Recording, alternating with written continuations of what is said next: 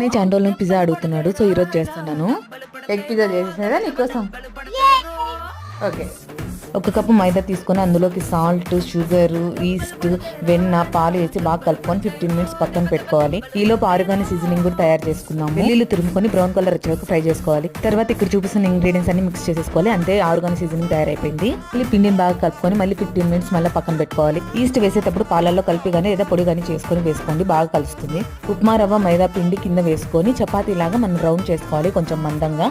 ఆ తర్వాత దీనిపైన మనం పిజ్జా సాస్ పూసుకోవాలి ఇట్లా బాగా. దీనిపైన చీజ్ తురుముకొని దానిపైన ఆరుగాన వేసుకొని బాయిల్ చేసుకున్న ఎగ్స్, తర్వాత మళ్ళీ చీజ్ వేసేసి దానిపైన ఆరుగాన వేసి 5 మినిట్స్ ముందే ప్రీహీట్ చేసుకున్న గిన్నెలో ఇలా మనం ప్లేస్ చేసేసి ప్లేట్ మీడియం ఫ్లేమ్ లో 15 to 20 మినిట్స్ పెట్టాలి. అంతే పిజ్జా రెడీ అయిపోయింది. ఇప్పుడు చూడండి ఎంత బాగుందో, సూపర్గా వచ్చేసింది. అసలు టేస్ట్ కూడా అమేజింగ్ అనమాట. ఇంకా మొజరెల్లా చీజ్ వేస్తే ఇంకా బాగుంది. ప్లీజ్ లైక్ చేయండి, షేర్ చేయండి, సబ్స్క్రైబ్ చేయండి. Thank you for